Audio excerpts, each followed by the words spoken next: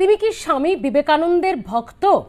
আজকের পর থেকে সে প্রশ্নটাই অত্যন্ত প্রাসঙ্গিক হবে, কারণ যে জায়গায় বিবেকানন্দ রকে খোদ স্বামী বিবেকানন্দ ধ্যানরত ছিলেন বলে জানা যায়, ইতিহাসের পাতায় আমরা পড়েছি, সেই জায়গাতেই আজ থেকে ধ্যানমগ্ন হতে চলেছেন দেশের প্রধানমন্ত্রী নরেন্দ্র মোদী। আর এই প্রথম নয়, এর আগে 2019-এ কেদারনাথের গুহাতেও আমরা দেখেছিলাম সেই গুহায় গেরুয়া বসন পরে ধ্যানরত প্রধানমন্ত্রীকে 2019-এর সপ্তম দফা নির্বাচনের আগে থেকে ফল ঘোষণার আগে পর্যন্ত। এবারও কি ঠিক একই পন্থা?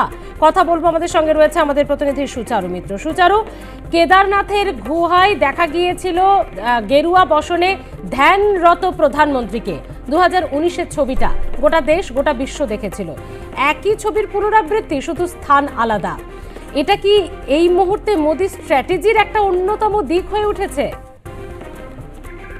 দেখো, একেবারেই তাই। এবং প্রধানমন্ত্রী নরেন্দ্র মোদী 2019-এ যেমন করেছিলেন, এবারও তাই একই রকম ভাবে ধ্যানমগ্ন তিনি। এবং এর পেছনে এটাই কি বিষয় উঠে আসছে যে যেখানে রাজনীতির পথ শেষ হচ্ছে সেখান থেকে ধর্ম শুরু হচ্ছে, এমন কিছু বার্তা তিনি দিতে চাইছেন। এবং সপ্তম দফা ভোটের বাকি আর মাত্র বলা যেতে পারে একটা দিন, তার আগে প্রধানমন্ত্রীর এই সিদ্ধান্ত, তিনি ধ্যানমগ্ন হচ্ছেন। আবার অনেকে বলছেন যে এটা একটা স্ট্র্যাটেজি, তিনি বুঝেছেন নির্বাচন প্রক্রিয়া ভালো হয়েছে এবং বিজেপির পাল্লা ভারী রয়েছে। এইবার 400 পার যে স্লোগান তিনি বারবার দিয়েছেন, সেটা সেই কাঙ্ক্ষিত লক্ষ্যে পৌঁছে গেছেন মোদী। সে কারণেই তিনি একটা প্রশান্তি চাইছেন, শান্তি চাইছেন, এবং সে কারণে তিনি বোঝাতে চাইছেন যে ধ্যান এবং সাধনা এটা খুব বেশিভাবে দরকার দেশকে চালাতে। ফলে সেই স্ট্র্যাটেজি তিনি আবার নিলেন এবং তিনি আবার ধ্যানমগ্ন হচ্ছেন। ফলে অত্যন্ত রাজনৈতিকভাবেও গুরুত্বপূর্ণ।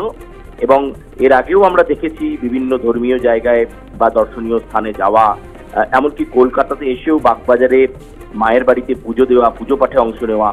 ফলে কোথাও তিনি দেখাচ্ছেন যে একেবারে তিনি সনাতনী।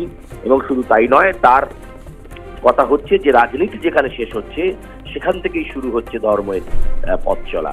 ফলে এই দুটোকে তিনি একসঙ্গে মিশ্রিত করতে চাইছেন, এবং সে কারণেই দেশ এবং পৃথিবী দেখছে তার এই ধ্যানমগ্ন হওয়ার যে মুহূর্ত। এবং ইতিমধ্যেই তার যে প্রচার পর্বের যে শিডিউল ছিল সেটা তিনি বাংলা থেকেই শেষ করেছেন। আপাতত আর সামনে কোনো প্রচার সেই অর্থে তার নেই।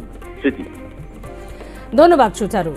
আজ থেকেই 1 জুন পর্যন্ত ধ্যানমগ্ন হতে চলেছেন প্রধানমন্ত্রী, তবে এবার স্থান আলাদা, তবে বিষয় বা উদ্দেশ্য একই। কেদারনাথের গুহার পর এবার কন্যাকুমারীতে, 2019-এর পর এবার 2024, তবে দৃশ্যটা একইভাবে ধরা পড়তে চলেছেন।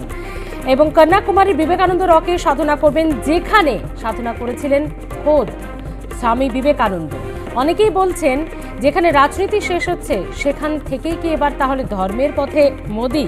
সেটাই এখন দেখার যে এরপর ঠিক কি হয়, ছবিটা ঠিক কি দাঁড়ায় এবং ধ্যান শেষে কি বক্তব্য রাখেন তিনি।